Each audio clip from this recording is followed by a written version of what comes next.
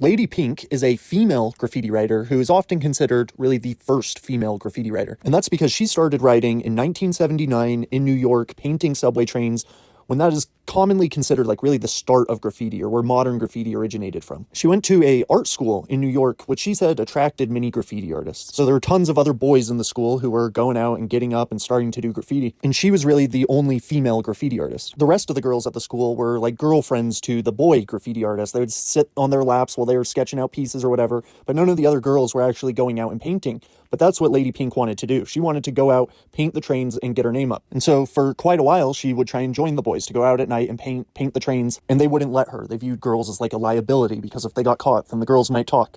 But eventually, at some point, she was able to convince them, and she would go out at night, paint the trains, and get up with them. And she would really, really get up. She got her name up, dressed as a boy in the middle of the night, roaming the streets in New York. She said she started painting around the age of 16 and continued until she was about 21, when she started to kind of transition over to doing only legal graffiti, such as murals. And at some point during that time, she met her husband, who also does graffiti, and they started a mural company together. Here's an example of one of her murals, and while it is still graffiti-like in that she uses letters, you can see how she has figured out how to make it more art-focused and more appealing to the general public, rather than just blatant graffiti in words. Many of her murals don't include graffiti aspects whatsoever, aside from being done with spray paint. But that doesn't mean that she has stayed out of trouble either. Due to getting up so much at some point and making such a name for herself and becoming so public, the New York Vandal Squad raided her house numerous times, taking like black books and cans and all kinds of stuff, to the point that she felt forced to move out of New York. Like, it just wasn't worth the hassle to stay there. And since, it seems like she's just been mostly peacefully living her life, and I'm not sure to what extent she's still actively painting.